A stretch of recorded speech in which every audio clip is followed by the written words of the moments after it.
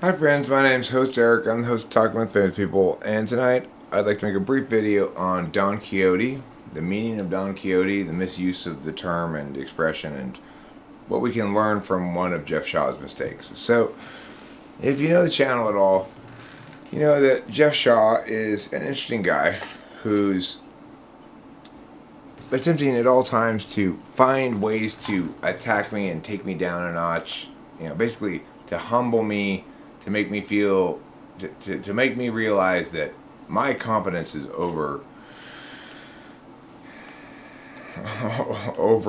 manifest based on justifications or whatever his purpose is. It's basically a FE positioning thing he does. But regardless, he's an interesting guy because in his continual search for new possible lines of attack, he presents a lot of like teachable moments, right? Because the reality is it's pretty difficult to successfully get me. And the reason why it's difficult to successfully get me is because, foremost, if you do get me, it's not going to be very satisfying because I'm gonna without any internal struggle concede the point, present the correction video, etc. Right? So what people really want is to see me squirm, or somebody like, this is my hypothesis anyway. Jeff Shaw wants to see me squirm, wants to make me uncomfortable, and to delegitimize me more, not because he wants to delegitimize me, but because he continually fails to delegitimize what I'm saying. So tonight, his attempt was an interesting one, and what it informs us about how people think wrong, don't understand things, misinterpret things, etc. So he accused me of being kind of Don Quixote-esque.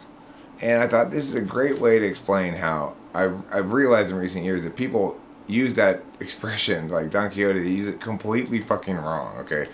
Don Quixote is absurd, not because he's fighting an unwinnable battle, okay?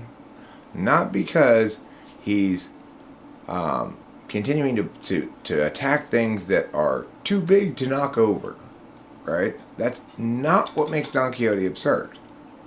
What makes Don Quixote absurd is he has a mission without an agenda. In other words, he's not attacking real enemies. Now there is this other kind of futility, you might call the Joan of Arc futility, in which you are attacking real enemies, but you just are destined to lose. But depending on how noble your cause is, that may be a good thing to do or not, depending on your interpretation. Regardless, it's not Don Quixote-esque. The thing that made Don Quixote ridiculous is that he wasn't attacking any real enemy. He had no actual opposition. He was attacking a general sense of modernization, which is not a meaningful advocacy at all. And the objects of his actual physical attacks had nothing to do with it. So, again, to reiterate and clarify, what makes Don Quixote absurd is that he's attacking something that's not a real thing to attack. That he has a position that he's advocating with his violence, but it's not an actual position. There's no position to have. There's no enemy there to attack, right? So, it is the case that Jeff Shaw is committed to a Joan of Arc style approach with me. He is destined to lose every single one of these things. But we may all learn something from many of his failed attempts. He's not Don Quixote-esque. He's not tilting at windmills. I'm not a windmill. I'm a real target that he is really targeting. So there's nothing Don Quixote-esque about it, even though he's destined to never win anything. Now what he meant to say, if you were going to successfully get some sort of points on the flow, was that I was being Joan of Arc-esque, that I'm never going to win this battle. But of course, that's also false, because the battle that I'm fighting is one for truth, justice, and the American way that's specific. It's about ways of interaction, ways of discourse, acceptable behavior, unacceptable behavior, and I'm articulating a specific party who's guilty of a specific kind of wrongdoing. So even if it were the case that you thought I was never going to change her mind, that's just artificially constricting your metrics for success, such as to guarantee I fail. Of course, the fact that people watch that video and have opinions about it either way means I'm impacting their worldviews and thinking. The fact that it got in very short order 300 or 400 views and 40 comments means I am having an actual impact. So, and Jeff Shaw is too. Now the thing is, you can have an actual meaningful impact and still lose, as Jeff Shaw is displaying. His crusade against me is ill-advised and born of a fundamental insecurity that had nothing to do with me. But at the very least, he has a real enemy, me. He doesn't have a real opposition, which is to say, he's not really opposed to anything that I'm saying, my words, my correctness, or whatever. He's just looking to cherry pick any instance of something I say that he can dismiss in order to attack me. But I am a real enemy, right? So Melissa Talks is the same kind of thing. It's a real enemy, and I have a real opponent too, which is to say, yes, Melissa Talks may in sort of represent the physical manifestation of that opponent, but the opponent is discursive habits and the normalization of certain kinds of behaviors that shouldn't be normalized. And in fact, the opposite should be normalized. So it should be normalized that when somebody like Melissa Talks takes the approach she did and using slander, defamation, emotional reactivity as a justification for controlling public discourse, and I should have made that clear in the last video.